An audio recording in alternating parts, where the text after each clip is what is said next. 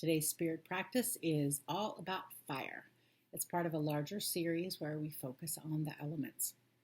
So, what I'm going to do is share about fire and then give you a spirit practice, two spirit practices to choose from that are related to fire. But first, I want to remind us all that shamanic practice is about relationships. It's about relationship that we have with the spirits. It's about relationships that we have with the earth, with the elements, with the natural world, with our own bodies. And with a relationship, like any other relationship, we give, we receive, we offer, and we take. It's a back and forth. So that when we are wanting to learn about an element or an energy, we inquire with a curiosity, with an offering, with an invitation, so that we can receive more. And today we're going to talk about fire. If we're to take an indigenous view of elemental energies, each one falls in a certain category that finds itself in the four quarters of a medicine wheel. I talk about the medicine wheel in the earth video. Understanding a little bit about the medicine wheel framework can help us in understanding our relationship to the elements as they are an essential part of life. And so as we look at fire, if we were to look through an indigenous lens, we would recognize that some tribes and nations put fire in a certain direction on the medicine wheel and have certain colors that represent fire. We're not going to necessarily put too much emphasis on that because I'm not teaching you one tradition, one nation's tradition. We're going to work with it more on a personal level and create a personal relationship with it. And I think that the best way to do that is to first, before we go into the spiritual, metaphysical, mystical energies of fire, look at it really practically, right? Shamanic practice is about relationships. It's about embodying what it is that you are doing and working with. And there's a real grounded, earthy energy to it. So we need to acknowledge the practical applications and functions of fire. So first thing that comes to my mind is that heat that we warm our houses with, or the energy that we warm our houses with, the energy that keeps us warm, comes from fire. Electricity is connected to and derived from a spark that comes from fire. So your house stays warm, you stay warm because of fire. Fundamental way that fire is in our everyday lives, through electricity. We cook our food with the power of fire. We wouldn't be able to heat our food, cook our food, get rid of junk on our food, burn off, creepy crawlies on our food if we didn't have fire. Fire also heats up our water for tea. It heats up our water for cooking. It heats up our water for bathing and cleaning. Fire pretty much runs a lot of the show in our houses and in our everyday lives. Another thing is that our body needs fire, which comes from the sun, to make vitamins. Really super practical, but often overlooked.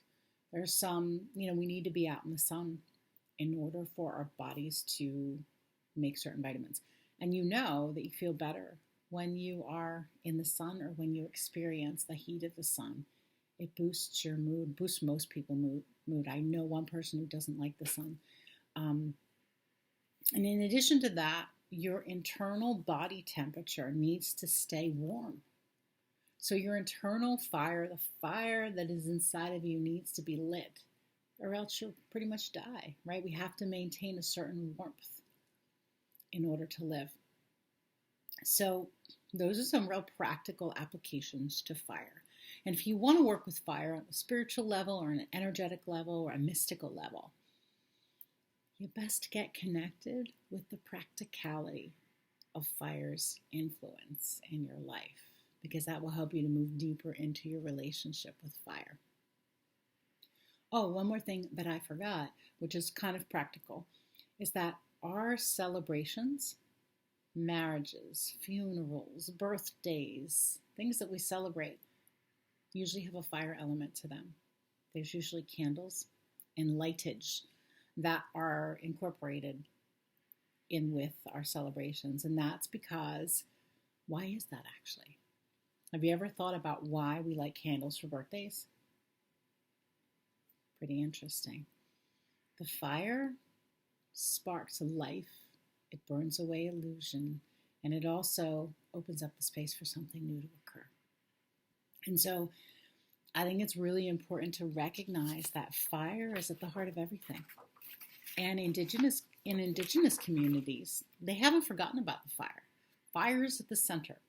People gather around fire, they cook and they eat around fire. They tell stories around fires. They offer the medicine of healing around a fire. So, and fire really is kind of like a stock example in discussions about how we define life. Someone was talking with me about this not too long ago, and it just popped something open for me. When we think about, what does it mean to say something is alive? What are the defining factors? How do we define something that's alive? Think about that for a moment. Well, if something is alive, it has to have friction and a spark or a small explosion that brings it to life. Something that's alive needs to be fed. You can give it too much or too little, and if you don't give it the right amounts, it won't be fed or nourished, and it'll die. If something is alive and you leave it alone for too long, it'll die. Any way that we can describe something that's alive, we can use fire as a metaphor for. So think about that for a bit. Now I want to talk about a variety of associations that we have with fire. Different traditions, different indigenous traditions associate fire with a color and a cardinal direction, which I mentioned in the beginning. The fire is often associated with summer or spring. That's the season that it's usually associated with. And it can be associated with the south, the direction of the south. And some of the colors that represent fire are red or white, which might sound counterintuitive. But when you look at different indigenous traditions, the way that they hold the energy of fire in the medicine wheel, it varies depending on their larger teachings. And so outside of that, in all cultures and regions, there are deities that are associated with fire. Deities that are associated with fire, the list goes on. Most people are familiar with the Hawaiian goddess Pele. She is all about fire, right? The Egyptian Ra and Sekhmet are associated with fire. South American Huichol tradition, Tatawari, is associated with fire. To the Celts in Ireland and Europe, the sun god Lu is associated with fire. In Japan, the Shinto goddess Amaterasu, she is associated with fire. So there are a lot of deities and divine beings that are associated with the energy of fire, which makes total sense to me. A couple more associations with fire that aren't necessarily deities, but are more of like characteristics or principles that fire embodies. The energy of clearing, getting rid of what you don't need. Sloughing off, burning away, moving things out of the way, burning them up that you don't need. So clearing, illuminating, showing us the things that we see in the dark, making what's hidden visible. Fire, that's one of fire's associations. Fire is associated with the energy in our blood, with our blood itself. It's also associated with transforming. Common familiarity is the phoenix, right? The phoenix, the bird that rises up out of the ashes of the fire. So very transformative. Fire is known to be very transformative. And there are also beings that are associated with fire in different cultures. Some of those beings you may encounter in your journey work, and that's why I'm mentioning them. Commonly, people know that dragons are associated with fire. Dragons are often associated with water too, but more commonly, people know fire-breathing dragons. So if you have a dragon connection, you're automatically connected with fire. The in Greek mythology, there are fire nymphs that carry torches. Lampids, if I'm pronouncing that right, are what they the name that we use for them. In like Renaissance times, in classical, medieval, and Renaissance times, there are fiery balls of light or salamander energies, or energies that we call salamanders, not necessarily reptiles, that are connected with and associated with fire. So there's so many different beings across cultures and regions that are associated with fire. So fire has beings that it's associated with, and there are different allies, guides, and helpers that are fire-oriented that you may meet in your journeys. And I want you to be open to that. Open to, as you connect with the fire, you may experience a being that is in the fire, that speaks for the fire or speaks through the fire, and or a being that may help you to connect with fire. Fire is a very intense element, and to go straight into the fire sometimes is not the wisest thing. But to have a being that can help you with the energy of fire, now that is helpful. So how are we going to engage with fire, right? From a shamanic perspective, here are some ways that you as healers and healing arts practitioners, as spiritual beings, can connect with fire. You can speak directly to the fire and or work with a fire ally or helper. You can offer prayers to the fire to be taken to spirit. It's common that lighting a candle is included in prayer work. And that is because, well, it's for a couple reasons, but when we light a candle, we ignite fire that draws the attention of spirit and creator. So you can offer a prayer and allow it to be taken to spirit through the fire. We also offer herbs to the fire. When we burn herbs in the fire, it releases the energy of the herbs, of the plants, in a different way than if we were to just have them on a sacred altar or drink them in tea. So fire helps to release different healing properties in herbs and plants that we can work with. Fire also clears and cleanses and helps us to keep in touch with what's really, really real, because it burns away physical material that we don't need. It also burns away illusions. So on a metaphysical level, it burns things away. And remember, our internal body temperature heats up.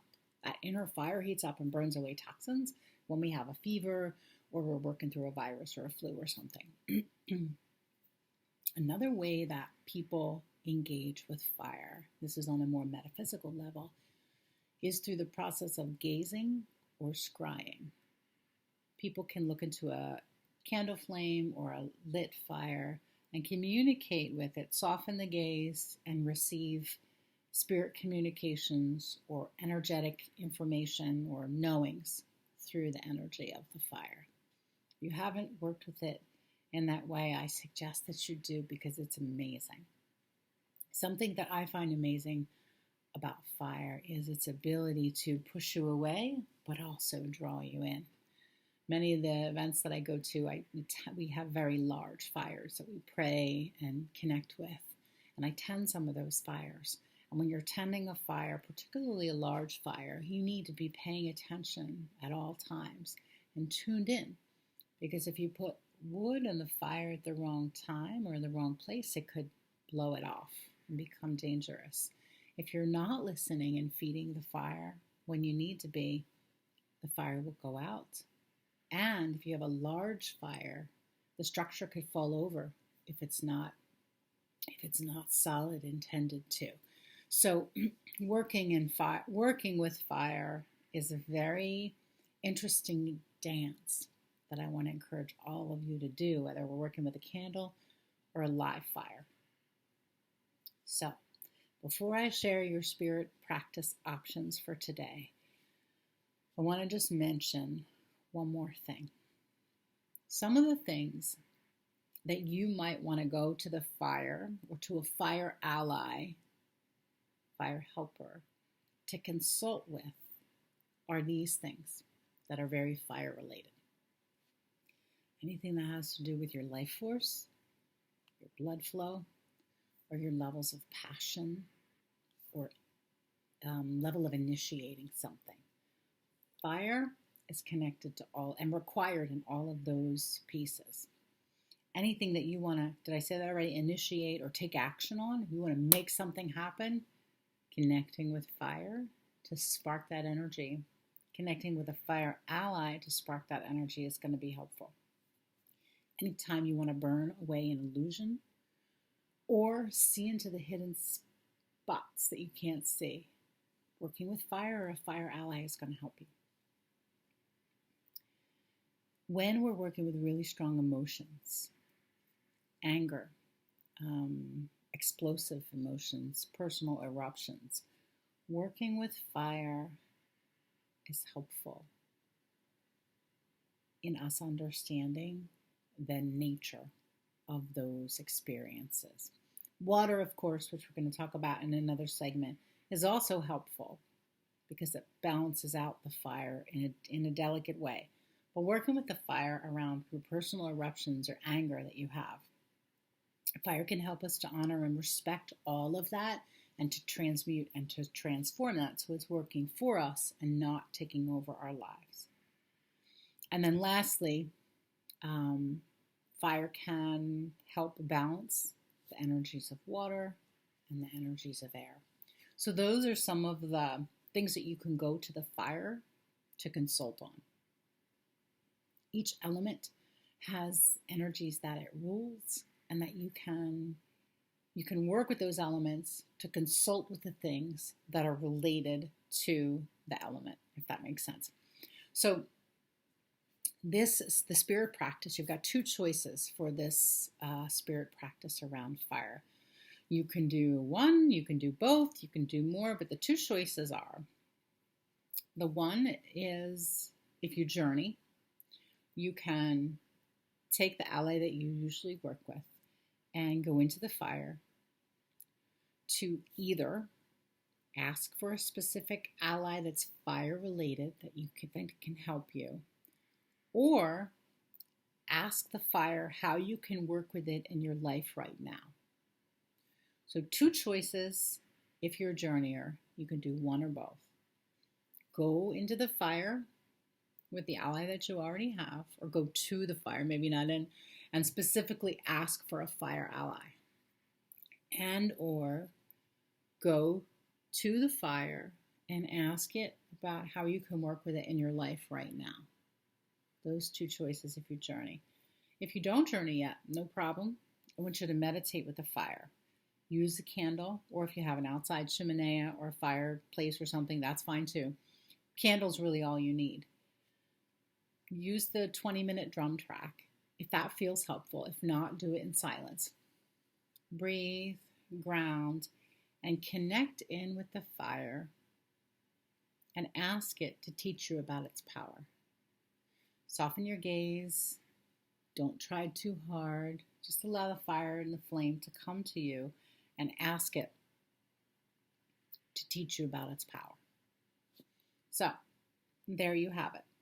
Two choices for journeying with fire, and one choice if you are just going to meditate with fire and you don't need to journey. Rewind this back if you need to hear it again. All right, so you've got it now. Do your practice. Come on over into the group and share with me. I cannot wait to hear.